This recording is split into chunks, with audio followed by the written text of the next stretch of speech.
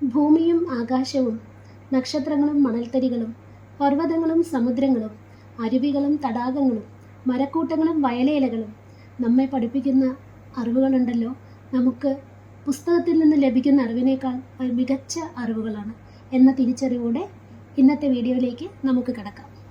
എല്ലാവർക്കും tales of ജയിലേക്ക് സ്വാഗതം. ഇന്ന് നമ്മൾ ചെയ്യാൻ പോകുന്നത് ഒരു കുക്കിംഗ് വീഡിയോ ആണ്.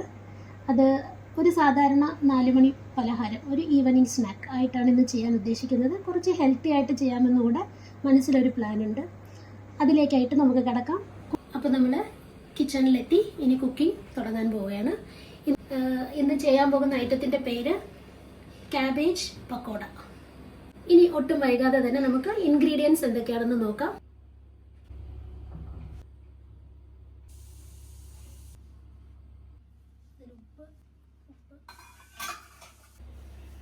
അപ്പോൾ ക്യാബേജ് പക്കോടയ്ക്ക് വേണ്ട ഇൻഗ്രീഡിയൻസ്, ആദ്യമായിട്ട് ക്യാബേജ്. ഇത്രയും വലുപ്പത്തിലുള്ള ഒരു ക്യാബേജാണ് ഞാനിന്ന് അരിഞ്ഞെടുത്തിരിക്കുന്നത്. അടുത്തതായിട്ട് നമ്മൾ ഇതിലേക്ക് ഉപയോഗിക്കുന്നത് കറിവേപ്പിലയാണ്. കറിവേപ്പില കുറച്ച് ഉണങ്ങിയ കറിവേപ്പിലയാണ്. പിന്നെ കൂടെ ഒരു 2-3 അല്ലി ഗാർലിക്കും യൂസ് ചെയ്യുന്നുണ്ട്, വെളുത്തുള്ളി. ഒരു 3 അല്ലി, ചെറുതായിട്ട് 3 അല്ലി വെളുത്തുള്ളിയും യൂസ് ചെയ്യുന്നുണ്ട്. ഈ ക്യാബേജ് പക്കോടയ്ക്ക് നമ്മൾ ഉപയോഗിക്കുന്ന മസാലകൾ എന്തൊക്കെയാണെന്ന് നോക്കാം. കുറച്ച്, അതായത് 2 സ്പൂണോളം മുളക് പൊടി എടുത്തിട്ടുണ്ട്. പിന്നെ കുറച്ച് മഞ്ഞൾപ്പൊടി. ഇത് രണ്ടുമാണ് പ്രധാനമായിട്ട് ഉപയോഗിക്കുന്നത്. ഇത് മാത്രം മതി, ഇത്രയും വേണ്ടു. പിന്നെ കുറച്ച് തൈര് യൂസ് ചെയ്യുന്നുണ്ട്, ചെറുതായിട്ടൊരു സോഫ്റ്റ്നെസ്സിന് വേണ്ടിയും കുറച്ചൊരു ചെറിയൊരു സോർ ടേസ്റ്റിന് വേണ്ടിയിട്ടാണ് ഈ തൈര് ഉപയോഗിക്കുന്നത്. ക്യാബേജ് പക്കോടയിലേക്ക് ഉപയോഗിക്കുന്ന മാവുകൾ എന്തൊക്കെയാണെന്ന് നോക്കാം. ഞാൻ നേരത്തെ പറഞ്ഞു കുറച്ച് ഹെൽത്തി ആയിട്ടുള്ള ഒരു സ്നാക്കാണെന്ന് പറഞ്ഞു. അതുകൊണ്ട് കുറച്ച് ഗോതമ്പ് മാവാണിത്. ഈ കയ്യിലിന് ഒരു 2 കയ്യിൽ മാവേ ഞാൻ എടുത്തിട്ടുള്ളൂ. ഉപയോഗിക്കുന്നത് അതേപോലെ 2 കയ്യിൽ കമ്പ്, മില്ലറ്റ്, പേൾ മില്ലറ്റ് അല്ലെങ്കിൽ ബജ്ര എന്നൊക്കെ പറയുന്ന കമ്പിന്റെ മാവാണിത്. അതിന്റെ കൂടെ ഒരു ചെറിയൊരു ക്രിസ്പിനെസ്സിനായിട്ടും ഒരു മുരുപൊരിപ്പൊക്കെ വേണമല്ലോ ഈവനിങ് സ്നാക്കിൽ ഒന്ന് കുറിക്കുമ്പോൾ, അതിനായിട്ട് കുറച്ച് അരിപ്പൊടിയും എടുത്തിട്ടുണ്ട്. അത് പ്രത്യേകിച്ച് കണക്കൊന്നുമില്ല, 1-2 സ്പൂൺ ചെറുതായിട്ട് ചേർത്ത് കൊടുത്താൽ മതി. പിന്നെ നമ്മൾ യൂസ് ചെയ്യുന്നത് ഇത് വറക്കാൻ ആവശ്യമായ എണ്ണയാണ്. ഇന്ന് കടലെണ്ണയാണ് യൂസ് ചെയ്യുന്നത്. കടലെണ്ണ ഉപയോഗിച്ചുള്ള കുക്കിംഗ് ആണ് ഇന്ന് ചെയ്യുന്നത്. നമ്മുടെ ഇൻഗ്രീഡിയൻസ് എല്ലാം പരിചയപ്പെട്ട് കഴിഞ്ഞു. ഇനി നമുക്ക് ഇതിന്റെ മിക്സിങ്ങിലേക്ക് കടക്കാം. ഫേവറേറ്റ് ആയ അലുമിനിയം ഉരുളിയിലേക്ക് മുറിച്ച ക്യാബേജ് എല്ലാം ഇട്ട് കൊടുക്കുന്നു. മുളക് പൊടി ഇട്ട് കൊടുക്കാം, മഞ്ഞൾപ്പൊടിയും. ഈ 2 മാവുകളും ഇതിലേക്ക് ചേർത്ത് കൊടുക്കുകയാണ്.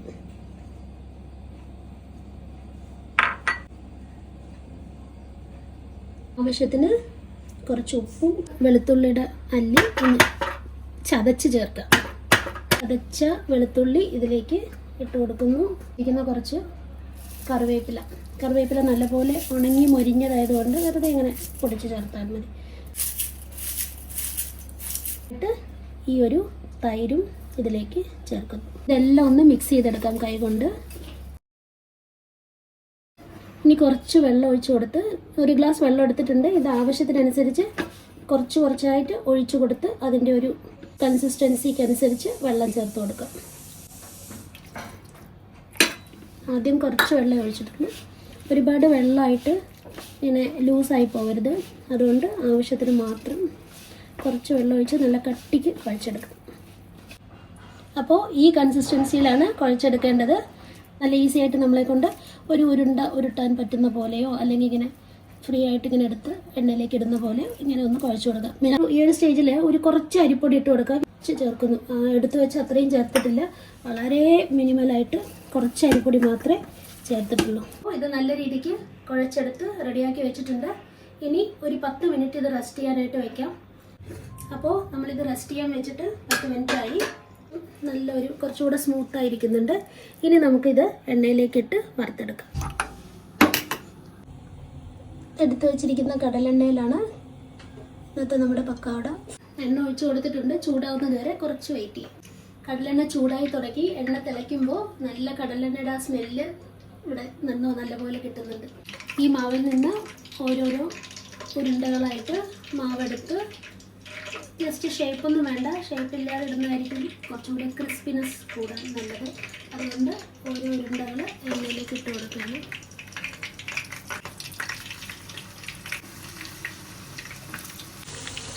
അപ്പോൾ ഇത്രയും ഇട്ട് കഴിഞ്ഞു. ഇനി നമുക്ക് ചെറുതായിട്ടൊന്ന് അടിഭാഗം ഫ്രൈ ആയി തുടങ്ങി. അടിഭാഗം ഫ്രൈ ആയി തുടങ്ങിയാൽ ഒന്ന് തിരിച്ചിട്ട് കൊടുക്കാം പതുക്കെ. എല്ലാം മറിച്ചിട്ട് കൊടുത്തിട്ടുണ്ട്. കാബേജ് പക്കോട റെഡിയായി തുടങ്ങി. നല്ല ക്രിസ്പി ആയിട്ട് നല്ല മുരിഞ്ഞ് എല്ലാ ഭാഗവും നല്ലപോലെ വെന്ത് മുരിഞ്ഞ് നമുക്കിനി എണ്ണയിൽ നിന്ന് എടുക്കാനുള്ള സമയമായി. ഇത് കുറച്ച് ഹെൽത്തി ആണല്ലോ, അതുകൊണ്ട് മാവ് കുറവും വെജിറ്റബിൾസ് കൂടുതലാണ്. നമുക്കിത് ഈവനിങ് സ്നാക്കായിട്ട് മാത്രമല്ല കേട്ടോ, ലഞ്ചിന് കൂടെയും ഇത് നമുക്ക് യൂസ് ചെയ്യാം. ഇത് നമുക്കൊരു സൈഡ് ഡിഷായിട്ട് കഴിക്കാം. പ്രത്യേകിച്ച് വെജിറ്റബിൾസ് ഒന്നും ഇഷ്ടപ്പെടാത്ത കുട്ടികൾക്ക് ഇങ്ങനെയൊക്കെ ചെയ്ത് കൊടുത്താൽ നമുക്ക് അവരെ വെജിറ്റബിൾസ് എങ്ങനെയെങ്കിലും കുറച്ച് കഴിപ്പിക്കാം.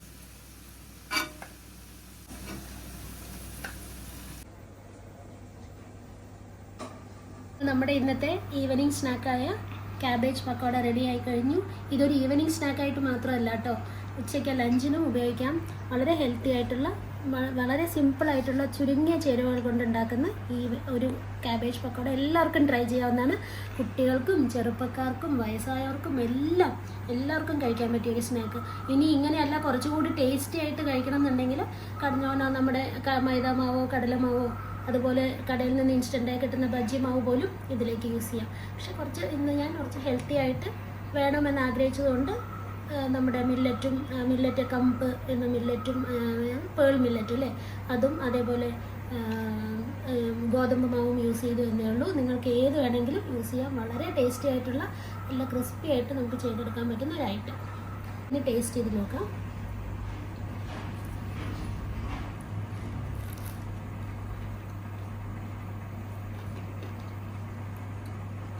വളരെ നന്നായിട്ടുണ്ട്. നല്ല ടേസ്റ്റ്, ഉള്ളെല്ലാം നല്ലപോലെ വെന്ത് ക്യാബേജിൻ്റെ ടേസ്റ്റും മാവിൻ്റെ ടേസ്റ്റും വളരെ നന്നായിട്ടുണ്ട്.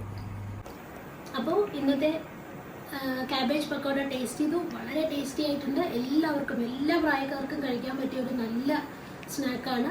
പിന്നെ അതിന് ഡിപ്പായിട്ട് എന്തെങ്കിലും വേണമെന്ന് ആഗ്രഹിക്കുന്നുണ്ടെങ്കിൽ മിൻ ചട്നിയോ അല്ലെങ്കിൽ കെച്ചപ്പോ യൂസ് ചെയ്ത് കഴിക്കാം. വളരെ ടേസ്റ്റി ആയിരിക്കും. അപ്പോൾ ഇന്നത്തെ വീഡിയോ നമ്മളിവിടെ നിർത്തുകയാണ്. എല്ലാവരും സബ്സ്ക്രൈബ് ചെയ്യുക, ഷെയർ ചെയ്യുക, എല്ലാവരോടും പറയുക, സുഹൃത്തുക്കളോടും ഫാമിലി മെമ്പേഴ്സിനോടും ഒക്കെ പറഞ്ഞ് നല്ലപോലെ സപ്പോർട്ട് ചെയ്യുക. എല്ലാവർക്കും താങ്ക് യു. ബൈ. വീണ്ടും ഒരു വീഡിയോ ആയിട്ട് ഇനിയും നമുക്ക് കാണാം.